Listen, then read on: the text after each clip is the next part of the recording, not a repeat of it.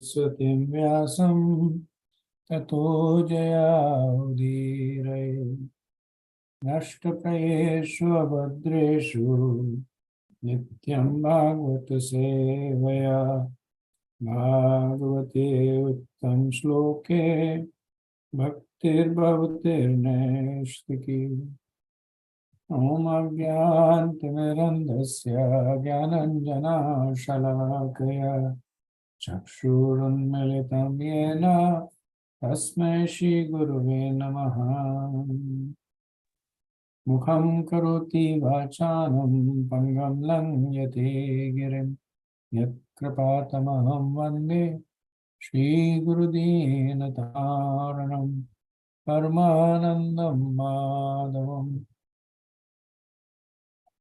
Jai Shri Krishna Chaitanya Prabhu Nityananda Shri Advaita Gadadhara Srivasadi Gaura Bhaktavinda Hare Krishna Krishna Krishna Hare Hare Hare Rama Rama Rama Hare Hare.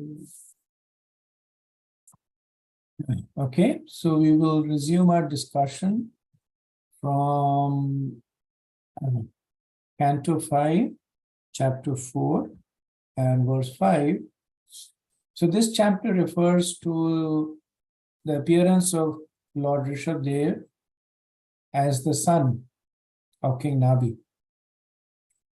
And the first three verses were describing his qualities, right? How he was equipoised, same to everybody, self-controlled.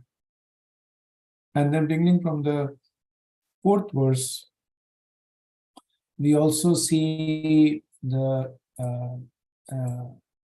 interaction between Maharaj Nabi and Rishabdev. Basically, how Maharaj Nabi's parental affection becomes stronger and stronger.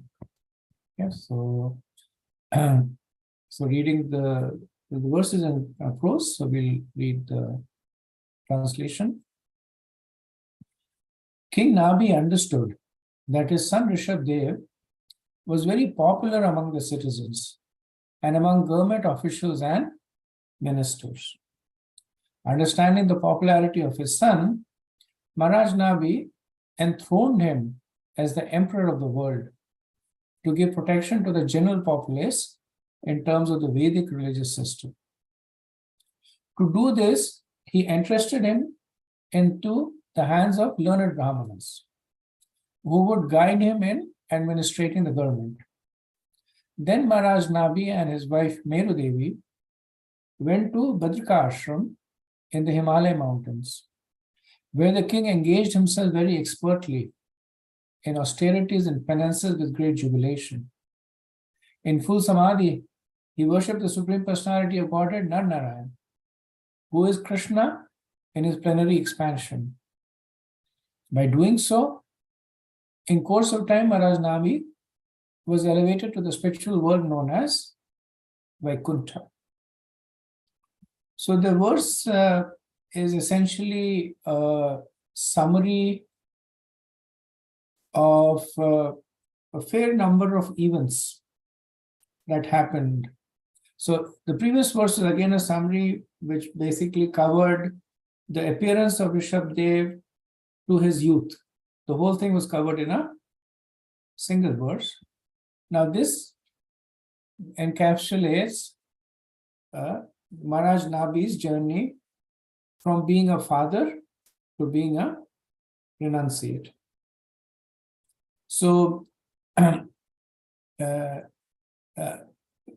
when Maharaj Rishabdev grew up to be a young man, then Nabi, he entrusted the rule of the kingdom to his son. And he did this by looking at three things: that he was qualified, he was well liked by the people, and then he was recommended by the ministers. So we see that in the previous canto, in the fourth canto, almost exactly we see Maharaj Uttanpad when he crowned Dhruva. So he looked at these three things. And that firstly, that he was qualified. Second, that he was well liked by the people.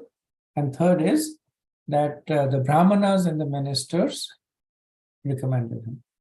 And Prabhupada makes a point that this indicates that one does not become the king simply because of lineage. That my father is a king, so I should be a king. That may indicate there is some qualification, predisposition, because of some scars, because of swabhav. One is born in that family, so it may make things a little favorable. But it is by no means the deciding factor. And Prabhupada said that's the big difference. That now the sons of the king become king just because they're son of the king. But here we see that of the three criteria that were evaluated by Maharaj Nabi, none of them are centered around the fact that Rishabdev was his son. In the Mahabharata, we see the opposite happening, where Dhritarashtra, he wanted to make Duryodhana the king only because he was king. The other three conditions were not met. Right? Duryodhana was not at all liked by the people in general. He was considered to be very hoity-toity and cruel. So not popular amongst the people, not qualified. And ministers like Vidur, they constantly were telling Dhritarashtra that Duryodhana is not the right person, Yudhishthira is the right person. But Dhritarashtra insisted just because of the relationship between the two, and of course it ended up in a lot of confusion. So this verse talks about the qualifications of the king, and then also on the duty of the king. And so 2 points are made. So why did Nabi make Rishabdev the king? So he wanted to give the populace general protection in terms of the Vedic religious system. So this means, Prabhupada says, is that he wanted him to maintain the Varnashram system. Because if the king does not, like we see in the rule of King Vena, if the king does not maintain the Varnashram system, then the population will degrade into anarchy. So the responsibility that was entrusted, so at that time, ruling was a responsibility. It was not a privilege. It's not that people wanted to become the king because they could sit on the throne and have wealth. It was primarily a responsibility that one executed because of a sense of duty. Priyavrata never wanted to be the emperor, but he was convinced by Brahma that it's his responsibility. So similarly, Maharaj Rishabdev has been entrusted this responsibility, that he helps maintain the Varnashram amongst the general populace, and that he himself is guided by the Brahmanas as per the Manusmriti. So the king sitting on the throne should not become autocrat. He should, in order to establish the Vedic system, he should agree to be guided in the Vedic system, which is guided by the Brahmanas according to the scriptures. And then Nabi himself, he demonstrates the quality of an ideal king. Right? So we see that when the time was right, he retired. So we see that he was also ruling out of a sense of responsibility. And when he saw that there was a suitable successor that is qualified to take on the responsibility, he immediately gave up. The Prabhupada is different from people now where those in leadership positions, they hold on to the responsibilities at any costs. In one of the lectures, Prabhupada was talking about Nehru, that when Nehru became the Prime Minister of India, and eventually he became sick, he had a stroke, he was paralyzed, but he still didn't want to give up his position. And even towards the very last, when he was about to die, then he was asking everybody to make his daughter the successor, which is what they did, and that's when Indira Gandhi came. So he said that's the mentality of the Bhogis. And there no sense of service. It was a sense of privilege, it was a sense of entitlement. So Prabhupada said that either when the leaders only leave the position when one of three things happen: when they die, when they are forcibly removed, or when they are unable to when the position is when somebody else takes over that position. They forcibly removes it, or they become incapacitated. Otherwise, he says they continue to be tenacious. So we see that Nabi, at the proper time, he retired, which means that he was detached. He was not attached to power and prestige. And then secondly, Prasanna Nipunena. So Prasanna Nipunena means that after retiring, the king accepted all kinds of austerity with lot of jubilance. So his long tenure as the king did not condition him to a luxurious life. So he did not say, oh, I've lived for such a long time. And Dhritarashtra is the example, right? Even though he was old and he was living on the, as Vidur says, you're living on the breadcrumbs of Bhima, like a dog, but he was so attached to material comfort that I'm still living in the palace. I have servants to take care of me. So he was tolerating all the insults and all the implicit infamy, just so that he had his luxury. But King Nabi, he was almost as if accepting the luxury of the ruler. That was an austerity for him. And when he gave up those luxury, it is said that with lot of jubilance, happiness, he accepted the austerities of spiritual life. So Srila Prabhupada also says that such a person is called Jivan Mukta. So Veer Raghavacharya states that in the Chandogya Upanishad, there are 8 symptoms of a Jivan Mukta, a person who is already liberated even when living in this body.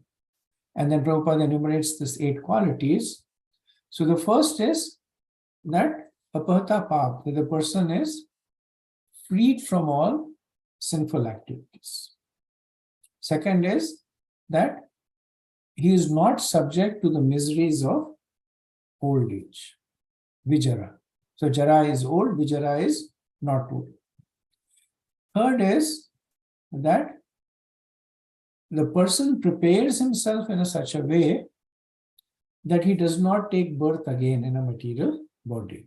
So vimrityu, that he does not die again in the future, which means that he does not get a material body. Fourth is that he is vishoka. So shok means lamentation, and vishok means that he does not lament. He is callous to material. People may lament when there is distress. So such a person is indifferent to material distress. Fifth is that he is vijigasta. So vijigasta means that a person has no longer desires for material enjoyment. Sixth is that he is apipata. So apipata means that he has no desires other than to engage in the devotional service of Krishna. Seventh is that is satyakam. Satyakam means that all his desires are directed only to Krishna. So kam is lust or desires. Satyakam means that these are in the mode of pure goodness. And so in nectar devotion, bhakti is to be anavilashita shunyam jnana karmadhi navratam. So it says the person has no other desires. So it says the person has no other desires, but he has desires. But all these desires are directed to the Supreme Lord. How can I serve the Lord? How can I serve the devotees? How can I please the Lord and devotees? So that is called Satyakam. And the eighth is that is Satya Sankalpa. So Satya Sankalpa is that whatever such a person desires, Krishna fulfills. Because as the person is attracted to Krishna, Krishna is attracted to him. So these are the 8 symptoms of a Jivan Mukti. That even though the person may have a material body, but he is liberated. Right? So it is said that there are 2 kinds of prarabdhas. Material body is prarabdha because it is a manifestation of the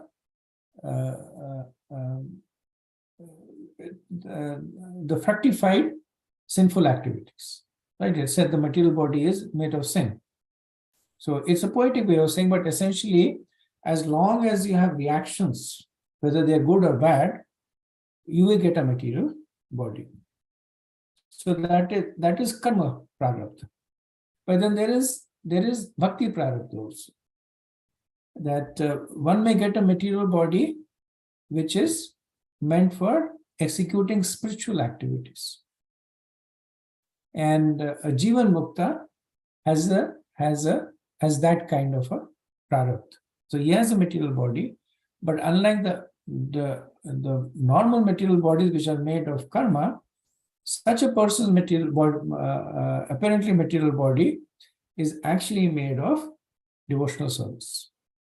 That's why when exalted devotees leave the body, their bodies are not burned but put in samadhi, because essentially they're considered to be fully spiritual. They're not made of gross matter or nations. And Prabhupada also writes that Vishwanath Chakravarti points out that the word Mahima means returning to the spiritual world, back to Godhead, back to Vaikuntha. Sri Sukadev says that the word Mahima means that the devotee attains the qualities of the supreme personality of Godhead. This is known as Sadharma, or the same quality. So just as Krishna is never born and never dies, his devotees who return to Godhead never die and never take birth within the material world. Right? So, so Nabhi is described as Mahima over here, which means that even though he was in the body, because of his close contact with devotional service, he acquired the qualities of the Lord. And one of the qualities of the Lord is that he is eternal. So similarly, Nabhi acquired that quality. Okay, moving on to verse 6.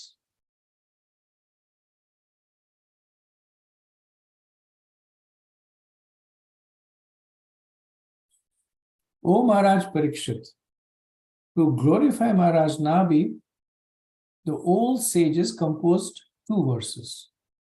One of them is this: who can attain the perfection of Maharaj Nabhi? Who can attain his activities? Because of his devotional service, the Supreme Personality of Godhead agreed to become his son. So Prabhupada writes that the word Shuddhena Karmana are significant in this verse, if work is not carried out in devotional service, it is contaminated by the modes of material nature. This is explained in Bhagavad Gita, Yagyathat karmano nyatra lokoyam karmadana. Activities performed only for the satisfaction of the Supreme Lord are pure and not contaminated by the modes. All other are contaminated.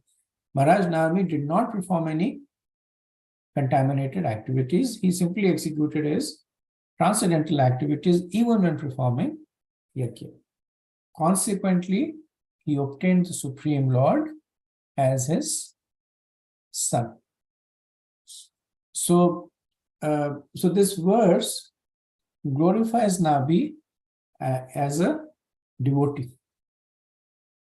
That his devotion to the Lord was so strong that he acquired the qualities of the Lord and he acquired a son. That was an expansion of the Lord. Right. So the sages, or the ancient sages, in the first verse, they glorify Nabi as a topmost devotee of the Lord. Next, we will see that he will be glorified as a topmost devotee of devotees. So, verse 7. Brahmanya kuto nabe vipramangal pujitaha yasya barhishi yagyesham darshayama surojasa. The second prayer is this. Who is a better worshipper of Brahmanas than Maharaj Nabi?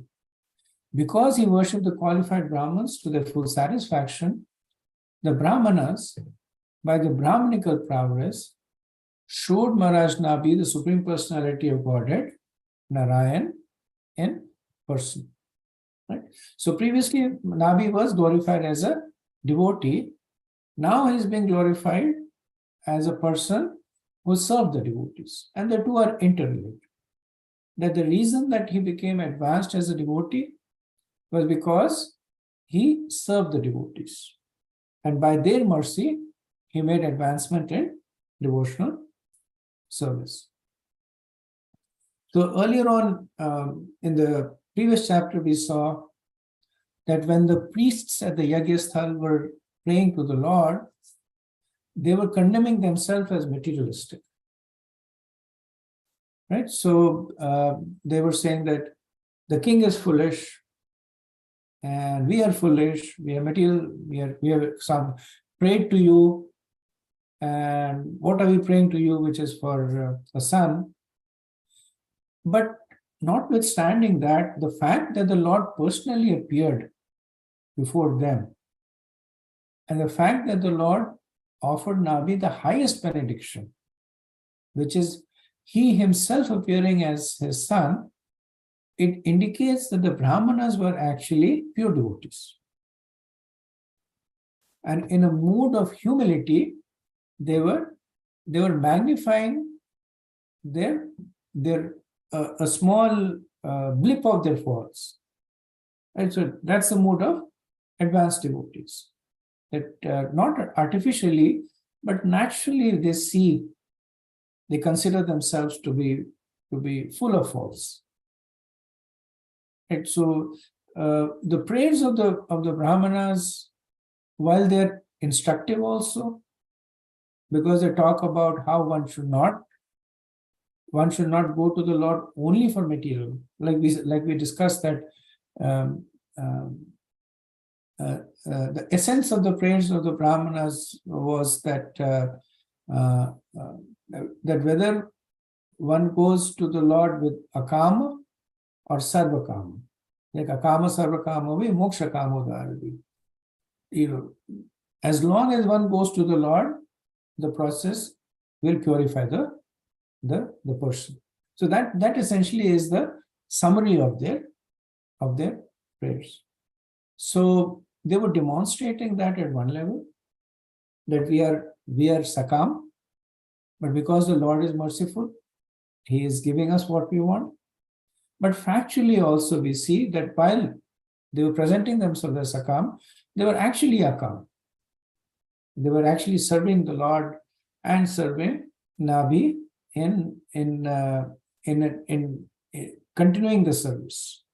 The Nabi had a qualified child who would then rule the kingdom, and Rishabdev would then give instructions which would be beneficial for mankind, and Rishabdev would then have sons who were again qualified. So they were also serving the Lord in maintaining law and order in the universe.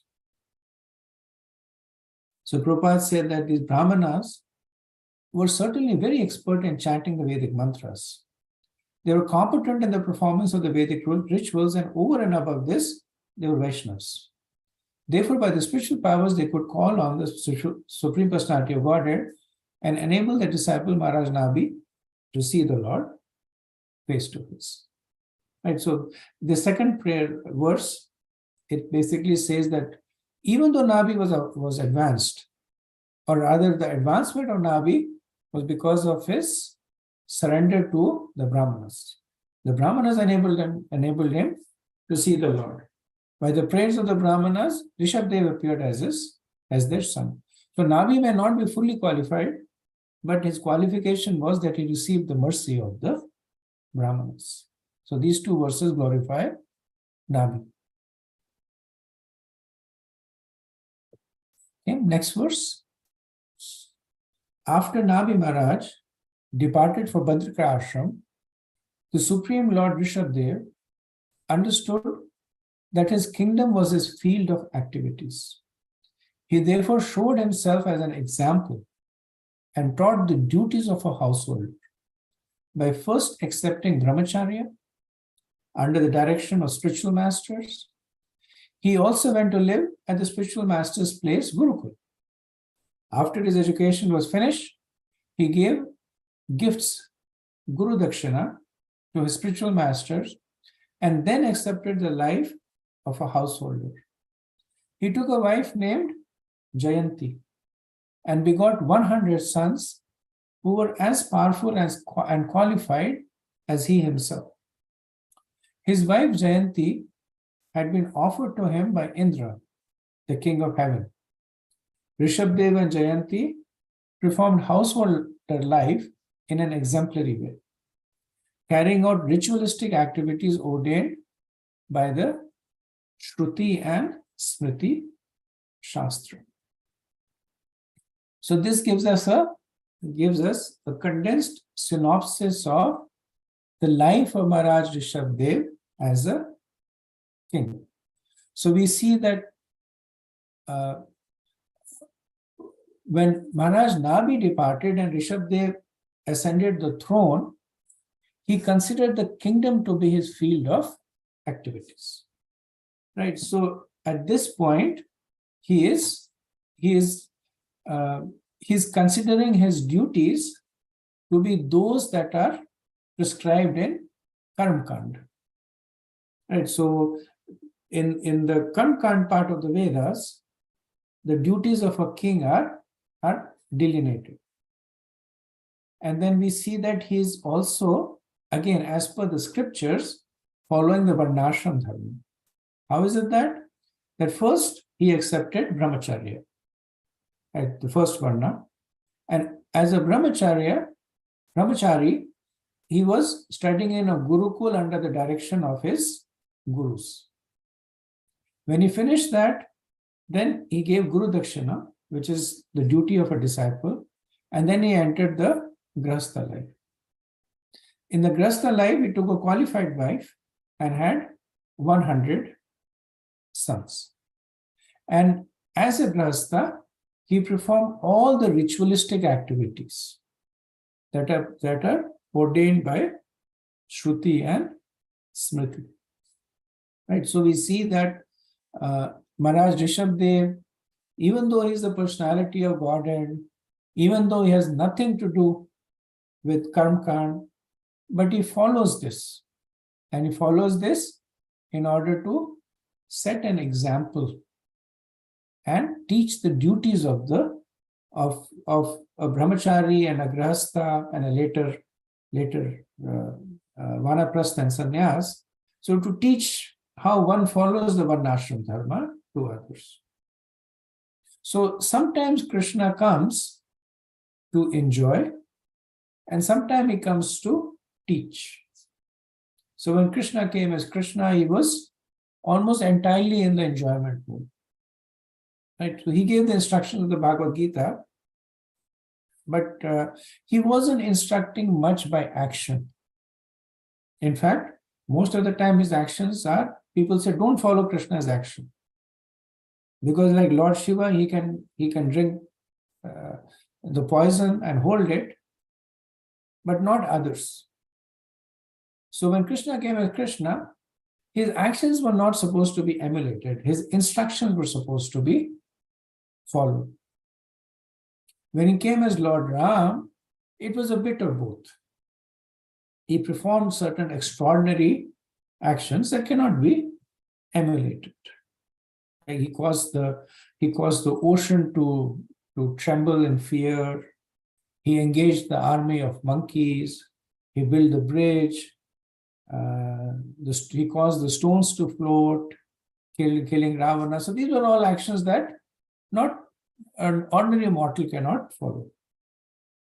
But then he also was the ideal son, the ideal husband, ideal king, everything ideal. And in that way, he's supposed to be followed.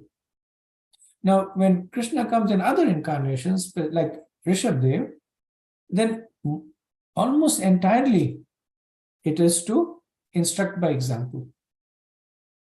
That this is how Varnashram Dharma should be followed. And later on, we'll see that he also gives instructions to his 100 sons.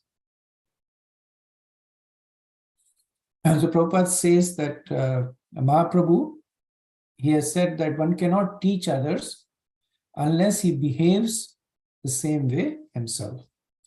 Rishabdev was an ideal king, and he took his education in the Gurukul, although he was already educated, because the Supreme Lord is omniscient. We see that in the case of Lord Ram also, that he went through the process of education. He received instructions from Vashishta Muni. Later on, he received from Vishwamitra. And we see that in Krishna's case also. He went to the Gurukul and stayed there for 64 days, because that was the process to be followed. Rishabdev does the same thing. Like, even though he has no need, he goes to the Gurukul to set an example for others. He enters the Grihastha life, has a qualified wife, has children, once again to set the example. And he lived according to Shruti and Smriti. So Shruti is essentially the Vedas, and Smritis are the Puranas. Right? So it said that Shruti Smriti Purnadi Pancharatrik Vidimbina Ekantir Harer Bhakti Utpati Eva Kalpite. That one who does not follow Shruti Smriti Purnadi. The Shrutis, the Smritis, and the Puranas, and Ekantir Harer Bhakti. The one who executes devotional service according to some mental conception. Utpati Eva Kalpite. That the person just creates confusion in the minds of others. So this is Rishabdev doing the opposite. That he's doing everything as recommended by the Shrutis and Smritis in order to drive away the confusion in the minds of others. Okay, next verse.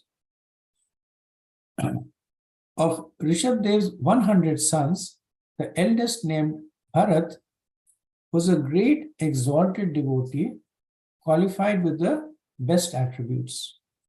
In his honor, this planet has become known as Bharatvarsha.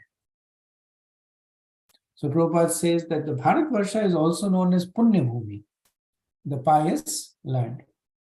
At the present moment, Bharat Bhumi or Bharatvarsha is a small piece of land extending from Himalaya to Cape Comorin. So this is essentially what is India right now.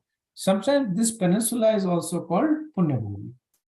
And Mahaprabhu says, Bharat bhumite hela manushya janmayara janma sartak karo para uppkar. That Bharat bhumita hela manushya janma tumhara. That if one is born in a human form of life in Bharat Bhumi, in the land of India, janam sartak karo. Then one should make your life successful. How? By karapara upkara, by working for the benefit of others. And contextually, what para upkara means, that by spreading Krishna consciousness to others. So even though Bharatvarsha extends much beyond what currently India is, or even what the Earth planet is, right? It actually extends much beyond that. And that whole, it was earlier on known as Ajnaba. So it was named after his father. So the father's name was Nabi, so it was named Ajanaba. Aja means that that cannot be conquered.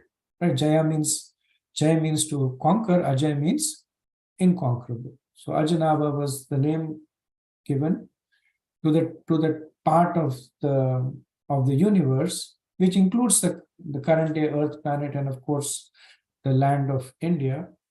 It was known as Ajanaba, and then because of the greatness of Bharat Maharaj, it became known as Bharat Varsha.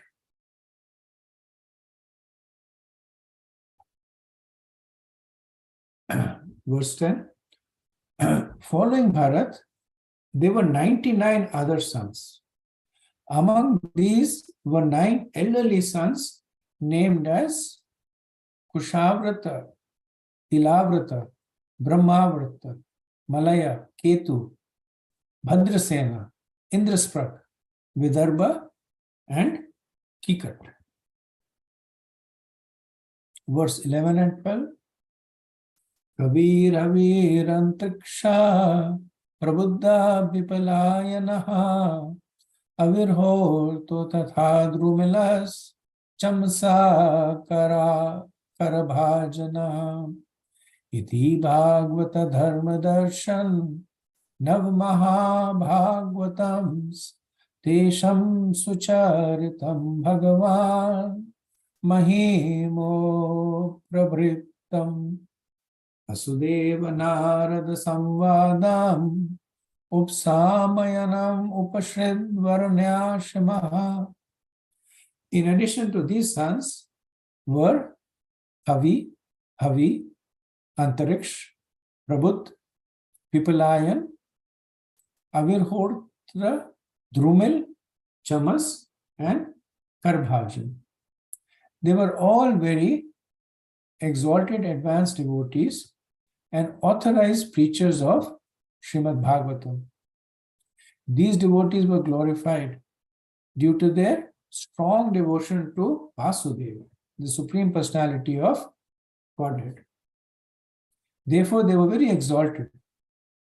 To satisfy the mind perfectly, I, Sukadev Goswami, shall hereafter describe the characteristics of these 9 devotees when I discuss the conversation between Narada and Vasudeva. So these, as you can guess, these 9 sons will later on be famous as the Navyugendras. And they will appear in the 11th canto instructing Maharaj Nimi. And they are the ones who will speak the famous verse that will talk about the imminent appearance of Chaitanya Mahaprabhu, amongst other things. That amongst these 9, it is Karbhajan who speaks that verse, and Sukadev Goswami will also glorify them in when he will relate a conversation between Narada and Vasudeva. The Navyugendras are famous for their devotion. So they appear at different points, giving very exalted instructions on the science of bhakti.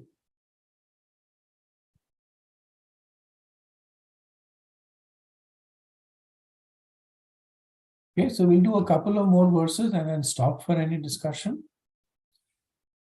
In addition to these 19 sons mentioned above, there were 81 younger ones, all born of Rishabdev and Jayanti. According to the order of their father, they became well-cultured, well-behaved, very pure in their activities, and expert in Vedic knowledge and the performance of Vedic rituals. Thus, they all became perfectly qualified Brahmanas. So we see that different sons had different natures and destinations. The eldest son was Maharaj Bharat, who is considered to be a Mahabhagavat. Right? And then you have sons who are considered to be extremely qualified. Then you have the Navyugendras. Then you have the 81 sons who are Brahmanas. So Brahmanas means that they're expert in Karmakand. They're expert in the performance of various Vedic rituals. So another point that is clear from this, Prabhupada comments, is that Rishabdev was a king. So notwithstanding that he was the personality of Godhead, but he was playing the role of a king. So he was a Kshatriya. And he had 100 sons. Now, out of the 100 sons, 10 of them were exalted personalities who became Kshatriyas. So they continued to rule the kingdoms. 9 of the sons, they were essentially following the Bhagavad Dharma. So they were pure devotees who were preaching Krishna consciousness. Prabhupada said they were Mahabhagavats, right? And they had a position that was more exalted than the Brahmanas. That is why the distinction is made. The Navyugendras are called out separately, and the 81 sons are called out separately. So the 81 sons were highly qualified Brahmanas. Right? So we understand that from a Kshatriya father and mother, they were children with 3 kinds of propensities born. They were the Mahabhagavatas, like the Navyugendras and King Bharat. They were the 10 Kshatriyas, and then they were the 81 Brahmanas or Vipras. Right? So the understanding is that one acquires a certain varna not by birth but by qualification. Because by birth, all the 100 sons should have been Kshatriya, but they were not. Actually, only 10 were Kshatriyas.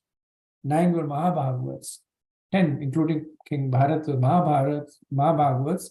81 were Brahmanas.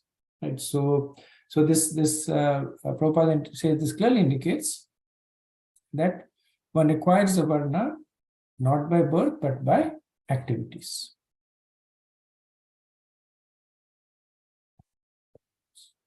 Okay, so we'll do one more verse and after that we'll pause for discussion. Being an incarnation of the Supreme Personality of Godhead, Lord Rishabdev was fully independent because his form was spiritual, eternal, and full of transcendental bliss. He eternally had nothing to do with the 4 principles of material misery, which is birth, death, old age, and disease. Nor was he materially attached. He was always equipoised, and he saw everyone on the same level.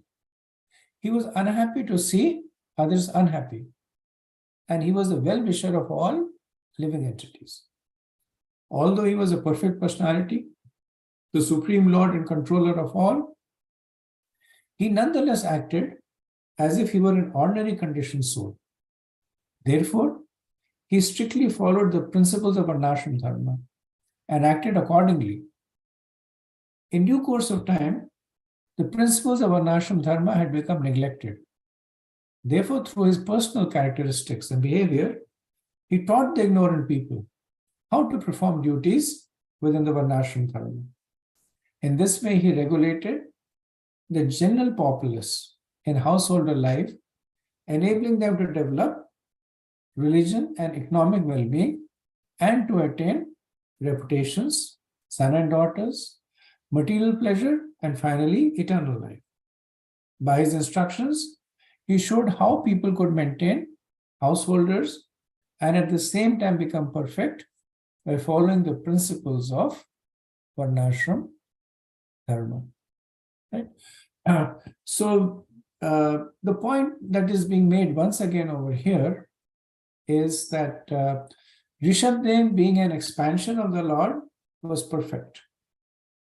So when it is said that he was not affected by the four principles of material misery, the implicit point is that he did not need to perform any purificatory actions. Right? His form was spiritual. So he did not need to perform any karma. But he still did it. Why? Because to instruct the people in general. So Sukdev Goswami says that because at that time Varnashram Dharma was becoming weakened, so he appeared to demonstrate to others. So because the Lord is following Varnashram Dharma strictly, it does not mean that that is the process for everyone to follow. So it is the process for those who are not able to take to devotion. Right? And that's why, because that essentially covers the majority of the society. So in order to instruct them, the Lord appears as Maharaj Rishabdev and perfectly follows Varnashram Dharma. But the point again is that that does not mean that Varnashram Dharma is the perfect path. It is the perfect path for a person with certain kinds of mentality. Right? So it said to enable them to develop dharma, artha, kama, and moksha. Right? Religion, economic well-being. So religion is dharma, economic well-being is artha, then sons and daughters, material pleasure, all this is kama, and then finally eternal life. That is moksha. So for the people who are attracted to the Chatur Purusharth, Karma Kand, Varnashram Dharma is important. And for their benefit, the Lord appears to show as an example how to act upon it. Okay, so yeah, let me pause over here and see if there is any comments.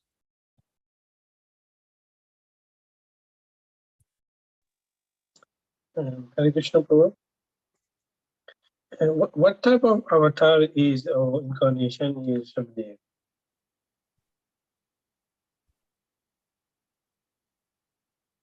As far as I remember, he is considered to be a Shakti Vesh avatar. Okay. He is an empowered incarnation. I'll have to check though. I'll get back to you on that. Because the main 10 avatars are, as we know, they are the principal, and mostly the others are Shakti Vesh avatar. Huh? Yeah.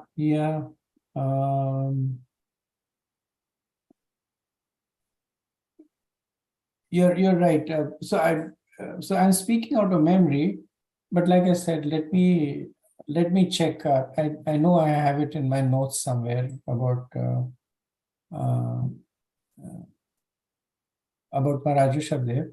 So I'll check from there and let you know. Thank you. So, on the same line, Rishabdev, is he not founder of Jain religion, or the Jains follow Rishabdev? So this will come later on, that there was a particular king who appears much later on, and then he misinterprets the teachings of Rishabdev and establishes Jainism. So Jainism is considered to be a deviation of the teachings of Rishabh, because when Maharaj Rishabdev, later on in his life, he became extremely renounced. So then he started leading that life of extreme austerities. He did not wear any clothes. He would sleep in his urine and stool, etc., etc. So when there was a king who saw this, now in case of Maharaj Rishabdev, at that point, he was at the highest stage of devotional ecstasy. So his attention was automatically diverted from any material. But what the king did was he kind of reverse engineered it. So he said that by following this austerity, one makes advancements. Whereas in actuality, the austerities were just an apparent byproduct. It's like if somebody is very much interested in studying a book, the person may give up eating because he's so absorbed in reading the book. And then somebody might look at that and then say that, okay, if I also give up eating, then I will become an expert in the book. So that's kind of how Jainism, Prabhupada condemns that actually. He says that it's a deviation to the teachings of Rishabh. And I remember that he is Saksivesha avatar with a potency of renunciation, isn't it? The renunciation as a potency invested in him. He shows the potency of renunciation. He is also Shaktivesha avatar. The only thing I'm not clear about is that is he Vishnu Tattva or Jiva Tattva? Because they have Shaktived avatars in both categories. And just one more question, Prabhu, regarding Karma Kanda rituals. Personality like Rishabdev, Janak Maharaj, they are all perfected beings, and they performed Karma Kanda rituals. So they themselves are not affected by the Karma Kanda rituals. They're still on the transcendental platform, right? So even though they were on that perfect platform, whatever they did, considered as a Karma Kanda ritual, the question I'm asking, and the other way of asking the same question is a Karma Kanda ritual based on the ritual per se, or is it based on the state of the performer? The transcendent, in other words, if a person is a transcendental state, whatever he performs, is it considered to be a Karma Kanda still, or is it considered to be something higher than that? So it's a good question, and that's where I think that's where these points are being elaborated. That internally Maharaj Rishabdev was fully renounced, and he performed these activities so that when other people who were not renounced, when they take inspiration from him, at least they would perform Karma Kanda. Right, so it was for the benefit of them, and also for the benefit of. So what Maharaj Rishabdev was performing was what can be considered as like Prabhupada gives this example that when a teacher is teaching the student, he'll hold the hand of the student and help the student write, not because the teacher doesn't know how to write, but he's teaching the student. So it's in that category that he did not have the need to perform any Karma Kanda, but he performed it for the benefit of others. And performing this with complete detachment, that basically, as we'll see later on, it comes on the platform of devotional service. And Maharaj Rishabdev will also give these instructions. Like he will grade his instructions, very much like his own life. That at the minimum, you should be pious. Don't be impious. And then he says that, okay, but pious is not enough. Try and get to the stage of being detached. But detached is not enough. try to be at the stage of bhakti. And so then he reveals more of the internal play that is going on here. Thank you. Thank you very much. Yeah.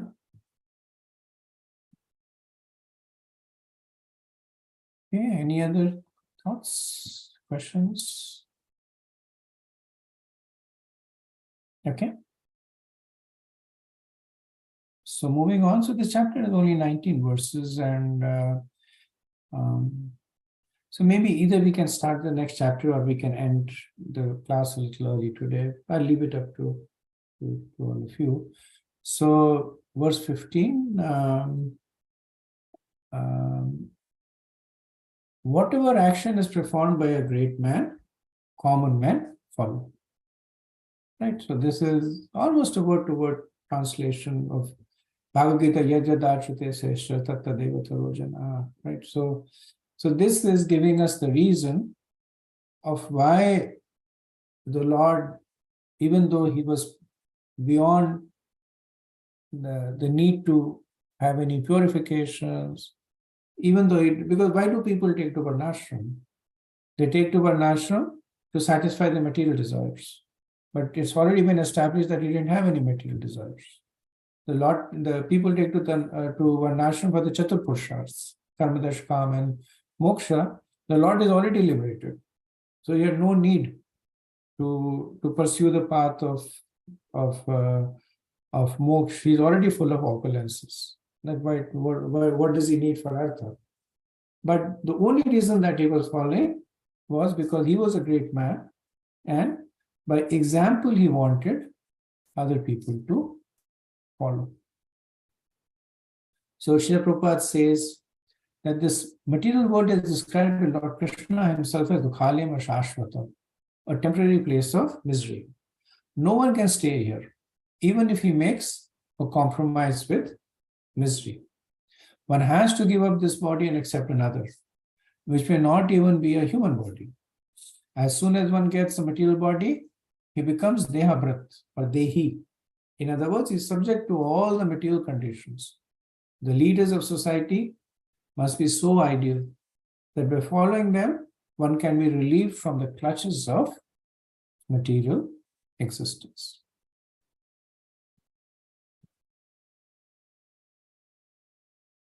Okay, let's go to verse 16.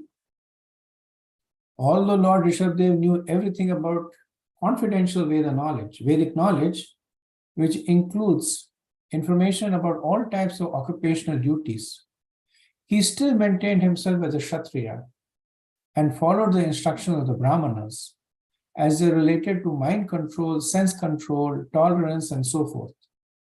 Thus, he ruled the people according to the system of Varnashram Dharma, which enjoins that the Brahmanas instruct the Kshatriyas and the Kshatriyas administer to the state through the Vaishyas and Shudras. Right? So 2 points are made in this verse. One is that even the most qualified Kshatriya needs to take guidance from the Brahmanas and the Vedas. Right? So it says that although the Lord knew everything, now, of course, he did not have to take the instructions, but the previous verse established the fact that he was setting an example. So what is the example that he's setting? That even if the person is knowledgeable, but he should still take guidance from the Brahmanas. No one should consider themselves beyond the need of being guided by Guru, Sadhu, and Shastra. So that's the first point made.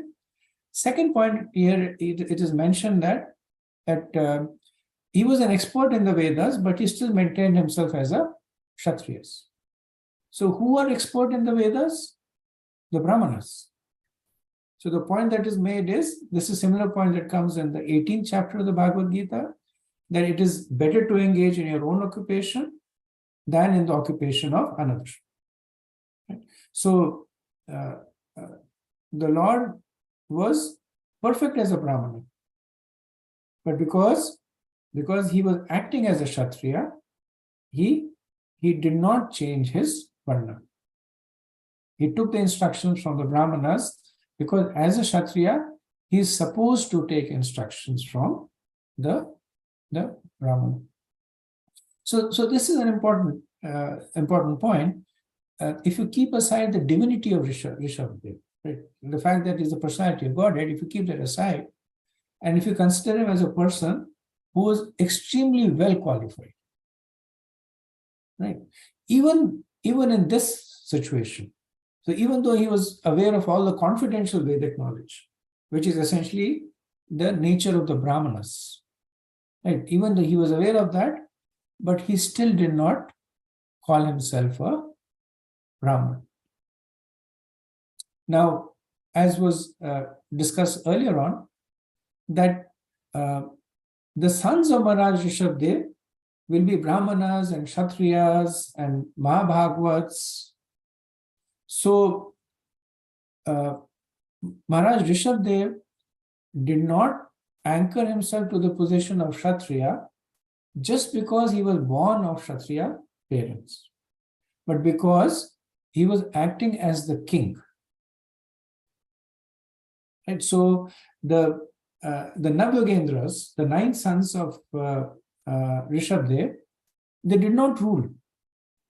Right? So their only job was they were Paramahamsas. Their only job was to travel and preach. The Brahmanas, they also did not rule. They became the spiritual guides for the population. And in the 10 Kshatriyas, they ruled.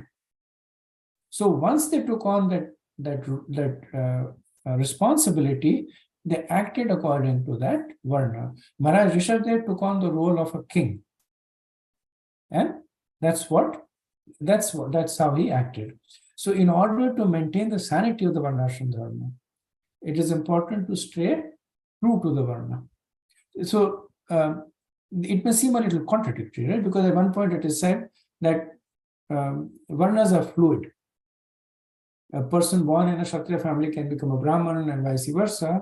And the other point it is, at that place it's being said that the Varnas are rigid, that you cannot change Varnas.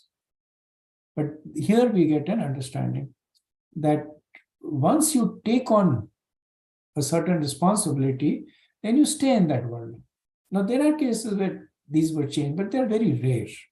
Like Vishwamitra was a king, was a Kshatriya, and then he became a Brahmana. Dronacharya was a Brahmana, he became a Kshatriya. So very, very rare cases. But the norm is that once you take on a Varna, better to execute that duty, even if you're executing it imperfectly, than to take the duty of another Varna, even if you think you can execute it perfectly. And so this important point is made.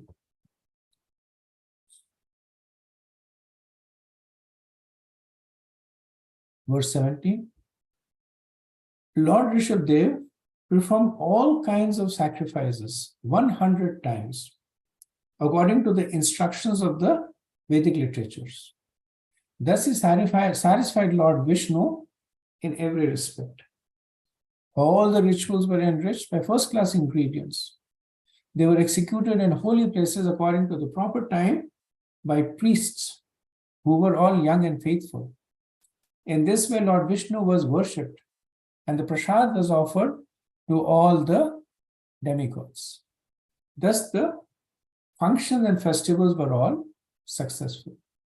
Prabhupada writes a very nice purport. He says, a Vaishnava does not disrespect the demigods, but on the other hand, he is not foolish that he accepts each and every demigod as the Supreme Lord. The Supreme Lord is the master of the demigods, and the demigods are his servants. The Vaishnava accepts them as servants of the Supreme Lord, and he worships them directly. In Brahma Samhita, the important demigods, Shiva, Brahma, even the incarnation and expansions of Lord Krishna like Mahavishnu, Garbhodaksha Vishnu, and all the other Vishnu Tats, as well as the Shakti Tattva like Durga Devi, are all worshipped by the process of worshipping Govinda. Right? So in the Brahma Samhita, there are prayers in which the 5 primary demigods are worshipped in relationship to Lord Krishna. Kshiram Yatadadi Vikara Vishesha Yoga is the worship of Lord Shiva. That Lord, he is like yogurt to milk. Milk can become yogurt, but yogurt cannot become milk. So Durga Devi is worshipped. And then Deeparachire Vahida Santarama Upetya, that is worship of Vishnu, that in relationship to Krishna. The Deeparachi, that one candle can light other candles, and they're similar, but still there's a difference between the candle that lights and is lighted. Right? So these are so there is Durga Devi, there is Lord Shiva, there is Lord Vishnu, then Ganesh, right? Yat Pada Pallava Yugam Vinidaya Kumbha Dvande Pranama Samay Ganadiraja. So Lord Ganesh is glorified as receiving is Vignam Vihanta Malamasya, that he is able to remove obstacles because he is empowered by the Lord. And then the fifth is Surya Dev, right? Deeparachir, no, not Deeparachir. What is the verse that glorifies Surya Dev?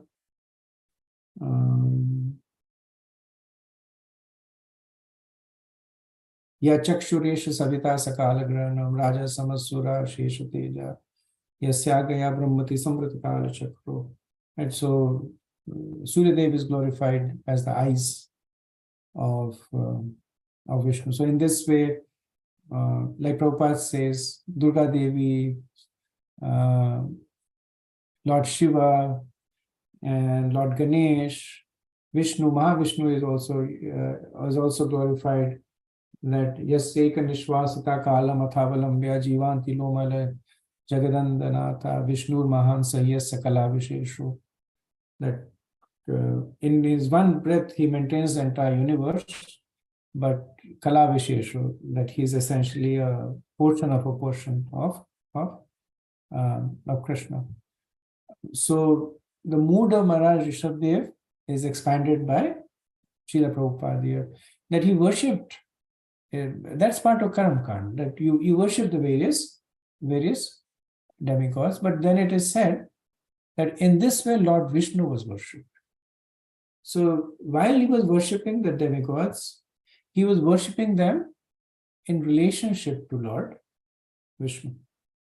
So the functions and festivals were all successful in the real sense. And not only did they fulfill the Karam Kand ritual, but they also establish the position of Lord Vishnu.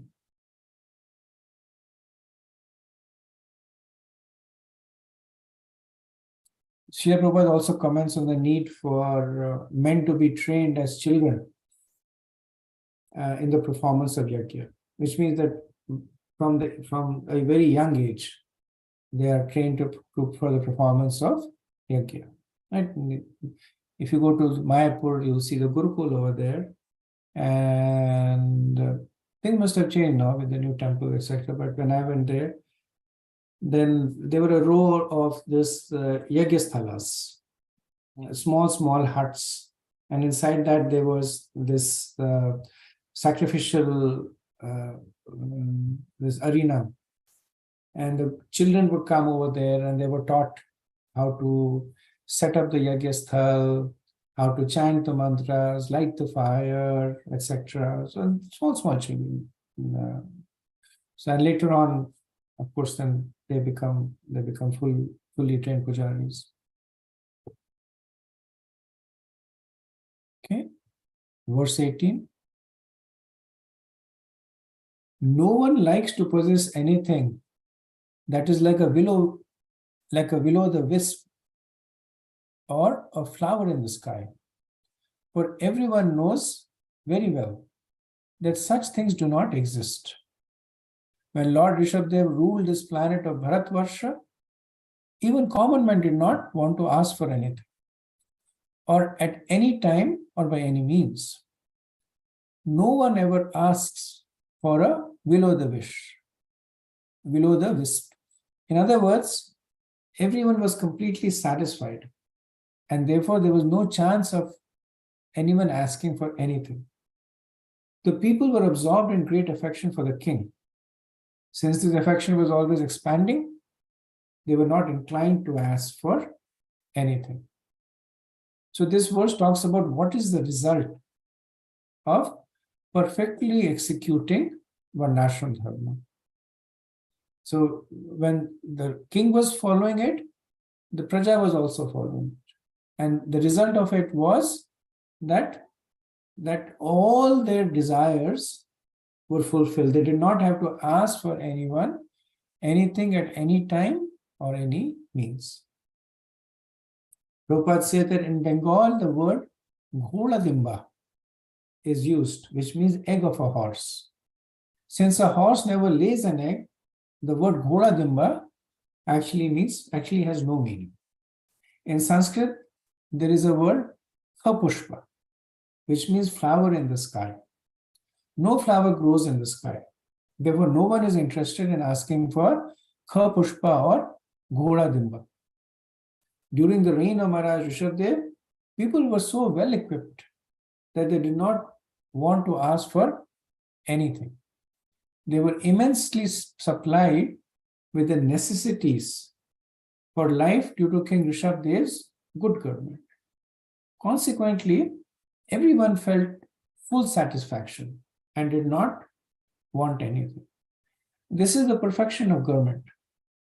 If the citizens are unhappy due to bad government, the heads of government are condemned. During these democratic days, monarchy is disliked by the people.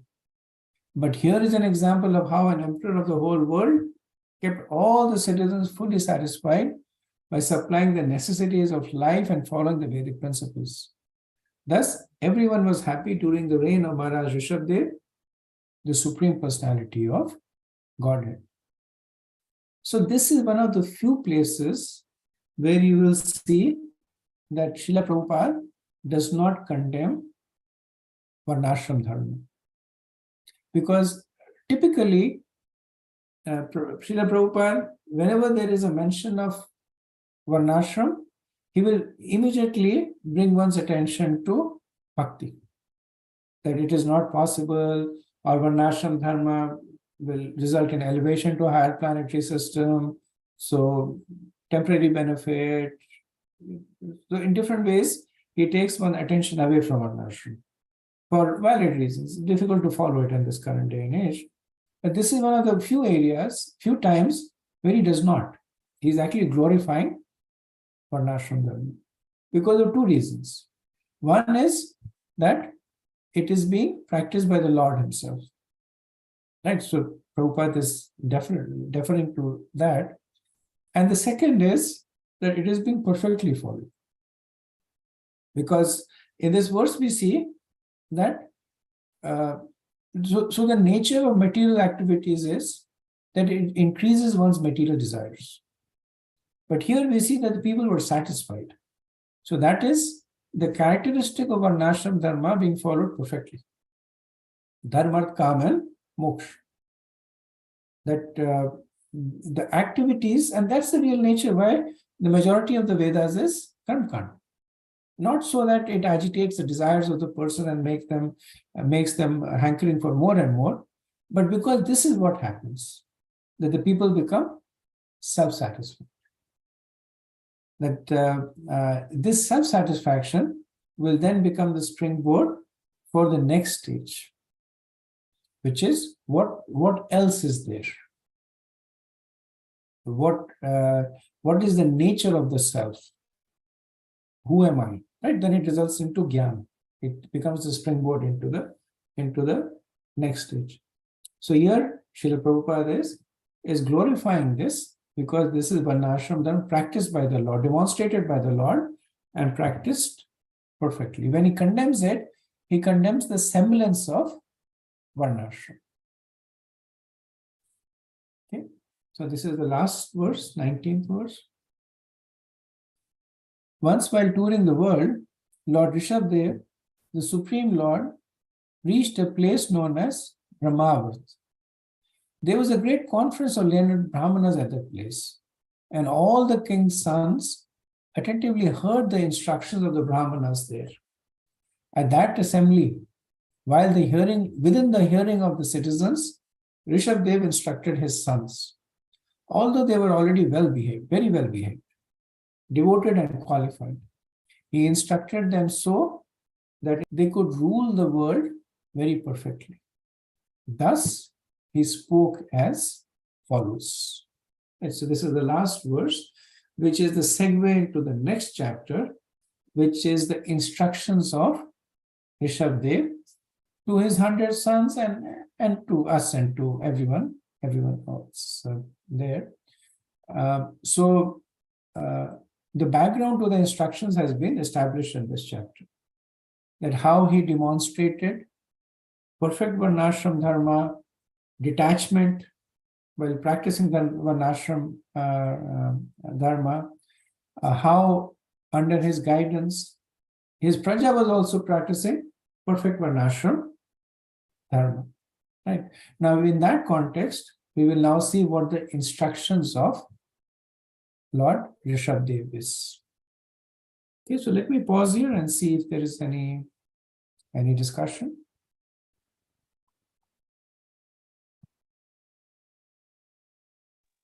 Just a comment, Prabhu. In this few verses we read, is this time Indra was good. He gave King Rishabdev a wife.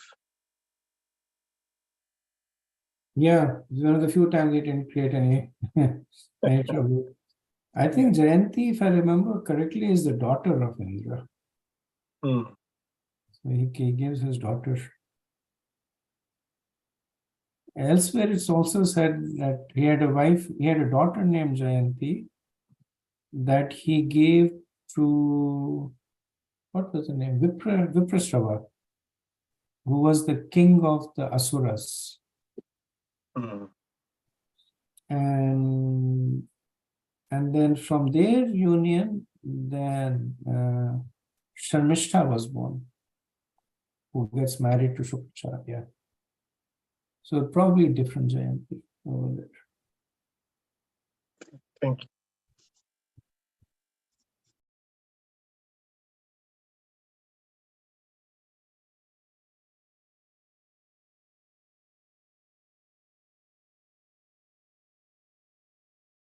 Okay.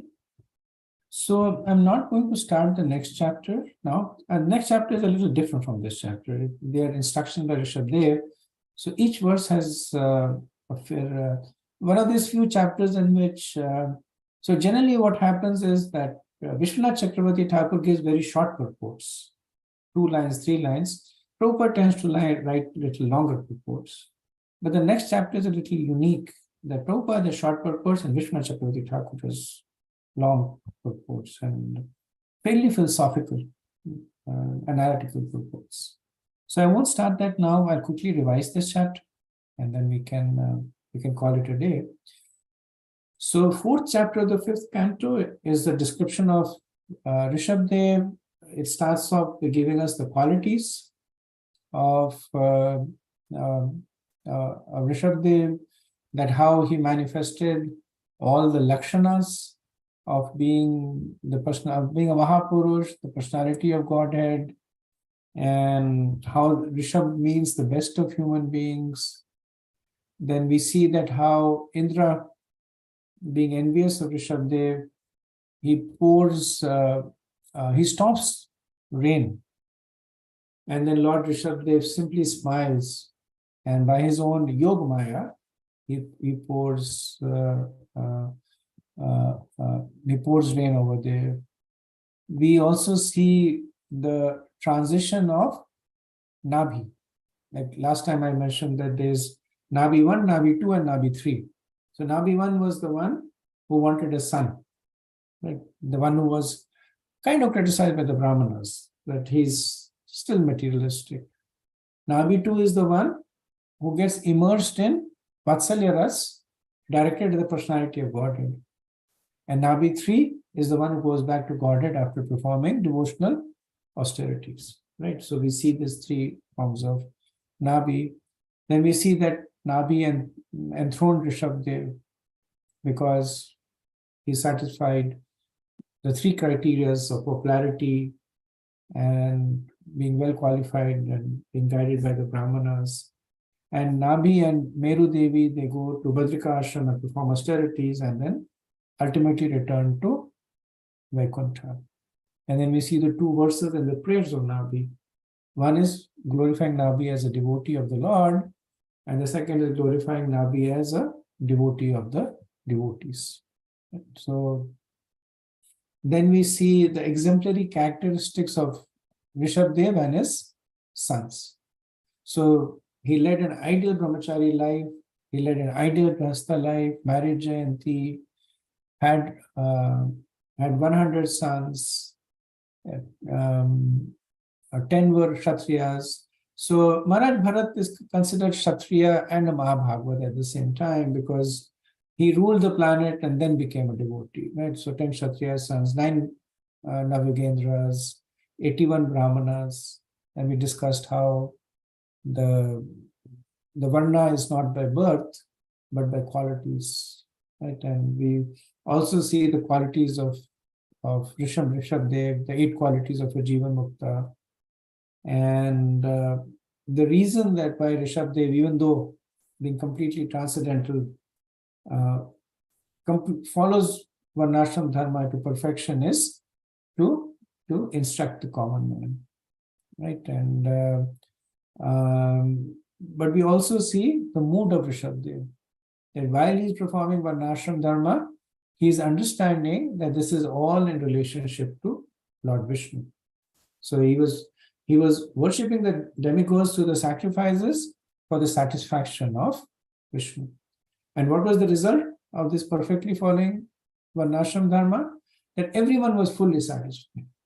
And that's the perfection of Varnashram Dharma. And the chapter concludes by Rishabdev going to Brahmavrata, and there, in the presence of the Brahmanas and other peoples, he will instruct his 100 sons, which is essentially the segue into the next chapter. Okay, so we'll end over here, and next week we will start with the next chapter. Vanchakalpatarubhyascha kripa sindhubhya cha patitanam pavanebhyo vaishnavebhyo namo namaha. Anant Koti Vaishnav Vrinda ki jai, Srila Prabhupada ki jai, Jai Gaur Premanand. Hare Krishna. Thank you.